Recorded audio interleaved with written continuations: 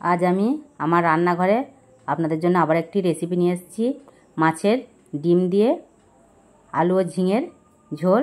আর এই সময় প্রচুর মাছের ডিম পাওয়া যায়, তাই এই রেসিপিটা আজ আমি আপনাদের খুব সহজ উপায়ে, ঘরোয়া উপায়ে রান্না করে দেখাবো। আর এই রেসিপিটা করার জন্য আমি কি কি নিয়েছি সেটা আপনাদের বলে দিই। আমি নিয়েছি আলু কিছুটা লম্বা লম্বা করে কেটে নিয়েছি, আর নিয়েছি ঝিঙে, পেঁয়াজ আমি লম্বা লম্বা করে কেটে নিয়েছি, এভাবে লম্বা লম্বা করে কেটে নেবেন। আর নিয়েছি হলুদ গুঁড়ো, লঙ্কার গুঁড়ো, ধনিয়া গুঁড়ো আর জিরে গুঁড়ো, আদা রসুনের পেস্ট, টমেটো লম্বা লম্বা করে কেটেছি, আর কয়েকটি কাঁচা লঙ্কা নিয়ে নিয়েছি, ওগুলো চিড়ে নিয়েছি, ধনিয়া পাতা নিয়েছি আর গোটা জিরে। আর নেব পরিমাণ মতো তেল আর লবণ। আর আমি 150 গ্রাম মতো মাছের ডিম নিয়েছি।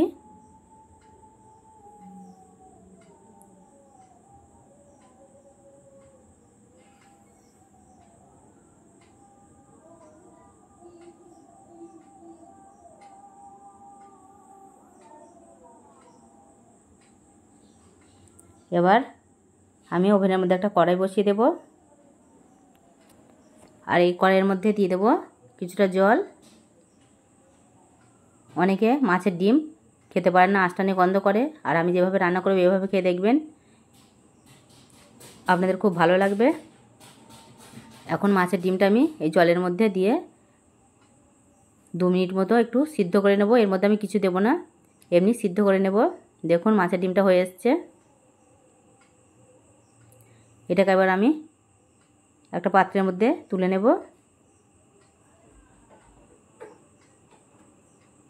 তারপর আবার একটা আমি কড়াই বসিয়ে দেব ওভেনে।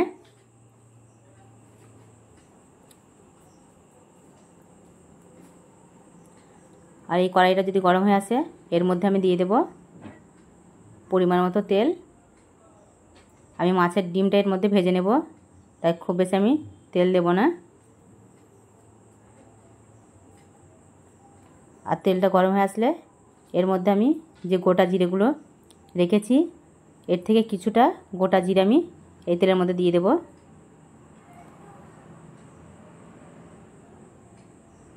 এটাকে আমি ভালো করে নাড়াচাড়া করব। আর গ্যাসের ওভেনটা একদম ধীরে দেবেন, নাহলে এই গোটা জিরেগুলো পুড়ে যাবে, কালো হয়ে গেলে আর ভালো লাগবে না দেখতে। এর মধ্যে এবার মাছের ডিমগুলো আমি ঢেলে দেব। আর মাছের ডিমগুলো আমি হালকা করে ভেঙে ভেঙে দেব, কিন্তু একদম আমি ভেঙে দেব না, কিছু গোটা গোটা থাকবে, এরকম হালকা হালকা করে নেড়ে চেড়ে ভেঙে দেব।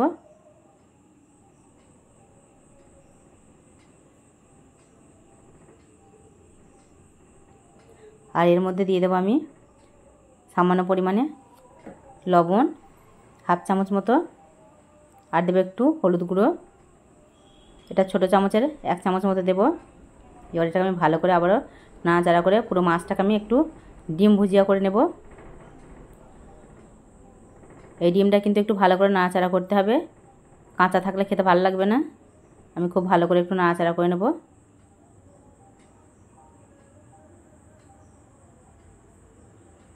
আর এটা ভালো করে ডিম ভুজিয়া হয়ে গেলে আমি একটা পাত্রের মধ্যে এটা তুলে নেব। দেখুন ডিমটা আস্তে আস্তে কেমন সুন্দর হয়ে আসছে। এই ডিমটা কিন্তু খুবই সুন্দর করে ভেজে নেবেন। এই ডিমটা যত ভালো ভাজা হবে তত কিন্তু খেতেও সুন্দর হবে, আর মাছের আঁশটানির কোনো গন্ধ থাকবে না। এবার এটাকে আমি একটা পাত্রের মধ্যে ঢেলে নেব। এই ডিমটা হয়ে এসছে, এই দেখুন ঢেলে নিয়েছি আমি, আর দেখতেও কত সুন্দর লাগছে। আমি কড়াইটা আবার বসিয়ে দিয়েছি ওভেনের মধ্যে, এর মধ্যে আবার আমি তেল দিয়ে দেব। এরপর পুরো রেসিপিটা তৈরি হবে। এই তেলটা গরম হয়ে আসলে এর মধ্যে আমি যে গোটা জিরেগুলো অর্ধেকটা রেখেছিলাম সেটা আমি ঢেলে দেব। তেলটা দেখুন গরম হয়ে গেছে।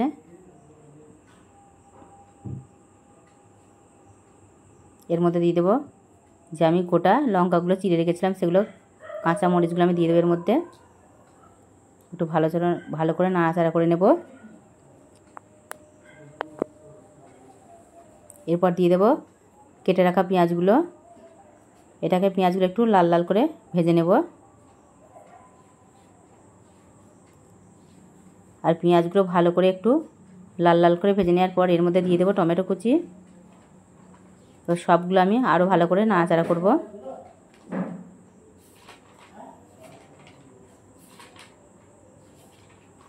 পেঁয়াজ আর টমেটোটা যখন একটু নরম হয়ে আসবে তখন এর মধ্যে এবার আমি আলু আর ঝিঙেগুলো ঢেলে দেব। আমি কিন্তু এগুলো আলাদা করে ভেজে নিইনি। দেখুন কি সুন্দরভাবে আমি এর মধ্যে সব একবারে ভেজে নেব। আর এতে তেলের পরিমাণও খুব কম লাগে।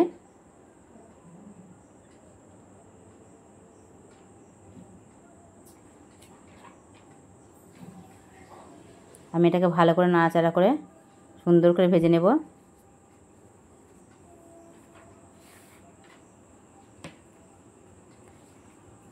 এর মধ্যেই আলু আর ঝিঙে আমার একসঙ্গেই ভাজা হয়ে যাবে, আলাদা করে ভাজার আর দরকার পড়বে না।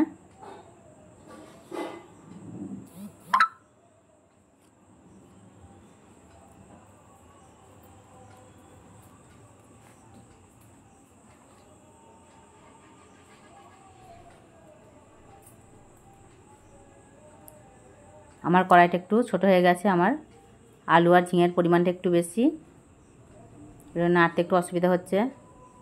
কিন্তু আমি সব ভালো করে সুন্দর করে নাড়াচাড়া করব। আর এটা ভালো করে নাড়াচাড়া করে না ভাজলে কিন্তু খেতে ভালো লাগবে না, আলুগুলো ভাজা হবে না, একটু কাঁচা কাঁচা টাইপের হয়ে থাকবে খেতে। তাই আমি ভালো করে এগুলো নাড়াচাড়া করে নেব। দেখুন কি সুন্দর এগুলো ভাজা হয়ে গেছে। আমি একসঙ্গে ভাজার পরেও এটা কত সুন্দর ভাজা হয়েছে দেখতে পাচ্ছেন। এইভাবে আপনারাও সুন্দর করে ভেজে নেবেন।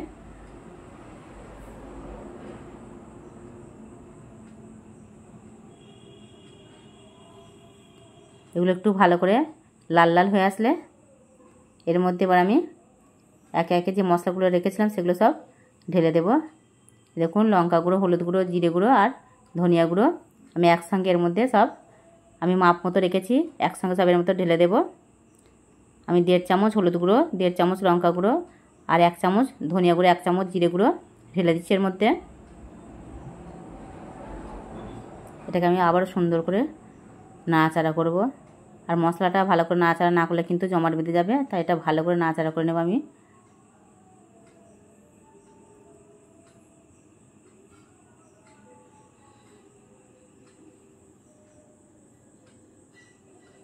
আমি সব মশলা এর সঙ্গে ভালো করে মাখিয়ে নেব নাড়াচাড়া করে। এবার এর উপর আমি দিয়ে দেবো আদা রসুনের পেস্ট। এটাকেও আমি সুন্দর করে নাড়াচাড়া করে নেব।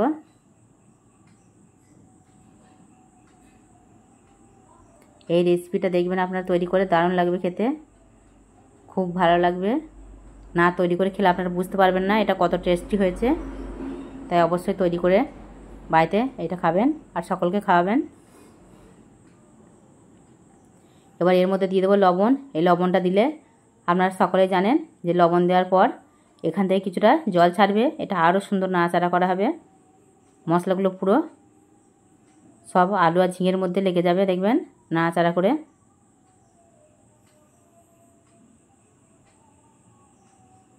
দেখতে পাচ্ছেন এমনিতেই পাশগুলো কেমন জল ছাড়ছে আস্তে আস্তে। আর এটা ঢাকা দিলে আরও একটু জল ছাড়বে। আমি 2-3 মিনিট মতো ঢাকা দিয়ে রেখেছিলাম। এরপর আপনাদের খুলে দেখাচ্ছি, দেখুন কতটা জল ছেড়েছে। আর এই জলটা ছাড়লে তবে এটা খুব সুন্দর করে নাড়াচাড়া হয়। আর আলু আর ঝিঙেরগুলো কি সুন্দর নরম হয়ে এসছে। এটা 3 ভাগের মধ্যে 1 ভাগ প্রায় হয়ে এসছে। এটাকে আমরা একটু ভালো করে নাড়াচাড়া করব।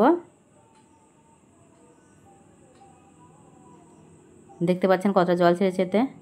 এটা খুব সুন্দর নাড়াচাড়া হচ্ছে। এরপর লবণ দেওয়ার পরই সবসময় একটু ঢাকনা দেবেন, তাহলে কিন্তু জল ছাড়বে আর সেই জলটার মধ্যে সব কিছু সুন্দর নাড়াচাড়া করা হয়।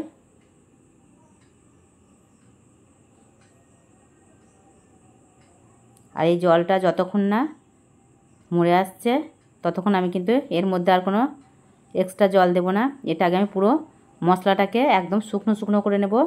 আলু আর ঝিঙের পুরো মশলাটা। এর মধ্যে আবার আমি যে ডিমটা রেখেছিলাম ডিম ভুজিয়া করে সেটা আমি দিয়ে দেবো। এটা আমি ভালো করে আগে নাড়াচাড়া করে নেব, তারপর দেব।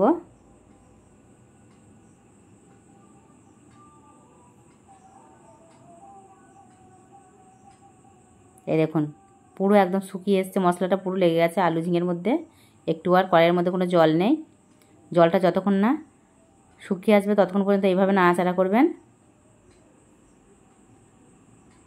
এই কড়াইয়ের মধ্যে কিন্তু আর একটু জল নেই, এটা পুরো একদম শুকিয়ে এসছে, দেখতে পাচ্ছেন।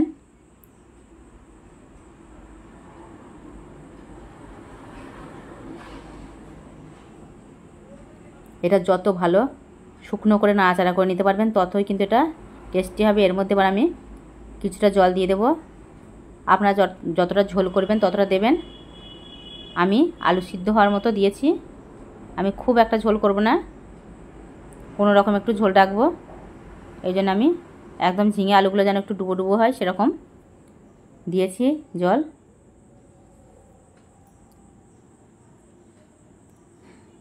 আমি ভালো করে নাড়াচাড়া করে নেব। আর গাগুলো সব আমি হাতার দিয়ে সব জলের মধ্যে নামিয়ে নেব মশলাগুলো, নাহলে গাগুলো সব পুড়ে যাবে। কড়াইয়ের মধ্যে যেন কোনো মশলা না লেগে থাকে ধারে, তাহলে কড়াইগুলো পুড়ে যায়, ভালো লাগে না।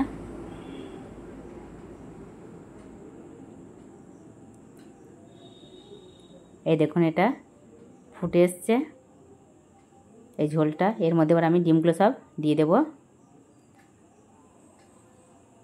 আর এই ডিমগুলো সব আমি হাতার সাহায্যে নাড়াচাড়া করে ডুবিয়ে দেবো সব। দেখুন এর মধ্যে আমি কিন্তু কোনো কাশ্মীরি লঙ্কা, লাল কাশ্মীরি লঙ্কার গুঁড়ো আমি দিইনি। তারপরেও এটা কত সুন্দর কালার এসছে, দেখে আপনারা অবশ্যই বুঝতে পারছেন যে কত সুন্দর এটা লাগছে দেখতে। আর দেখে বুঝতেই পারছেন যে কতটা খেতেটা ভালো হবে। আমি ভালো করে এগুলো একটু ডিমগুলো সব ডুবিয়ে ডুবিয়ে দেবো।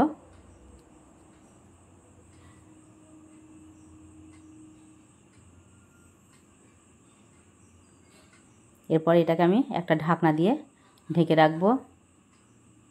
এটা আমি 10 মিনিট মতো মিডিয়াম আঁচে ঢেকে রাখবো। আর 10 মিনিট পর আমি খুলে দেখাবো। দেখুন কেমন বাষ্পটা বার হচ্ছে ঢাকনা খোলার পরেই। এই দেখুন কত সুন্দর হয়েছে, ডিমটা একদম হয়ে গেছে। ডিম আলুর তরকারিটা, আলু আমি একটা সিদ্ধ হয়েছে নাকি আপনাদের দেখাচ্ছে হাতায় করে। এই দেখুন একদম সিদ্ধ হয়ে গেছে পুরো আলুগুলো। আর মিডিয়াম আঁচে দেওয়ার জন্য ঝোলটা খুব একটা মরেনি। এর উপর আমি দিয়ে দেবো কিছুটা যে ধনিয়া পাতার কুচিগুলো রেখেছিলাম, সেই ধনিয়া পাতার কুচিগুলো দিয়ে দেবো। এবার আরও আমি এটাকে 2 মিনিট মতো ঢাকা দিয়ে রেখে দেবো। এই পাতাগুলো যেন একটু নরম হয়ে আসে আর স্মেলটাও যেন খুব সুন্দর আসে, এই কারণে।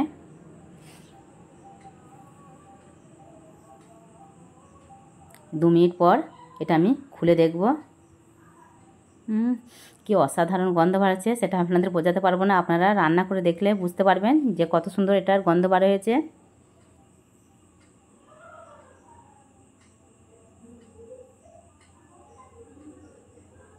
এটা পুরো রেডি হয়ে গেছে, একদম আলু সিদ্ধ হয়ে গেছে। আর এই ডিম আর ঝিঙে আলুর রেসিপিটাও একদম পুরো তৈরি। আমি আর ঝোল বেশিটা মারবো না, আমি এরকম ধরনেরই রেখে দেব।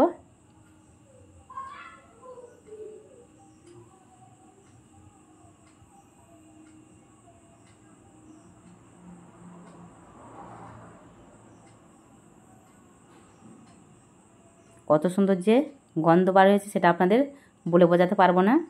অবশ্যই আপনারা বাড়িতে এই রেসিপিটা একবার তৈরি করে দেখুন কেমন লাগে।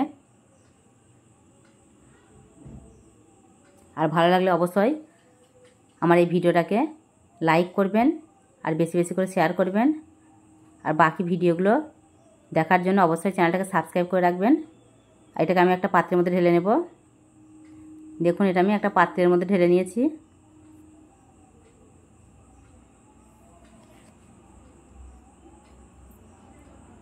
দেখতেই পাচ্ছেন এটা কত সুন্দর হয়েছে।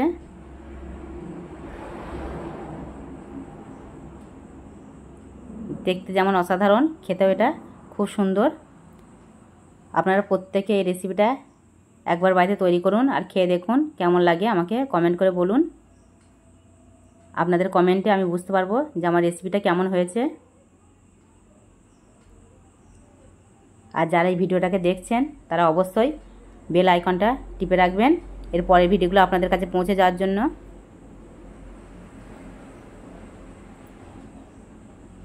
আর প্রতিটা ভিডিওর প্রথম থেকে শেষ পর্যন্ত দেখবেন, নাহলে আপনারা রেসিপি তৈরি করতে গেলে হয়তো কোনো জিনিসটা বাদ পড়ে গেলে সেই রেসিপিটা আপনারা তৈরি করবেন, কিন্তু খেতে হয়তো আমার মতো হবে না। তাই আপনাদের কাছে অনুরোধ করছি ভিডিওর প্রথম থেকে পুরো শেষ করবেন।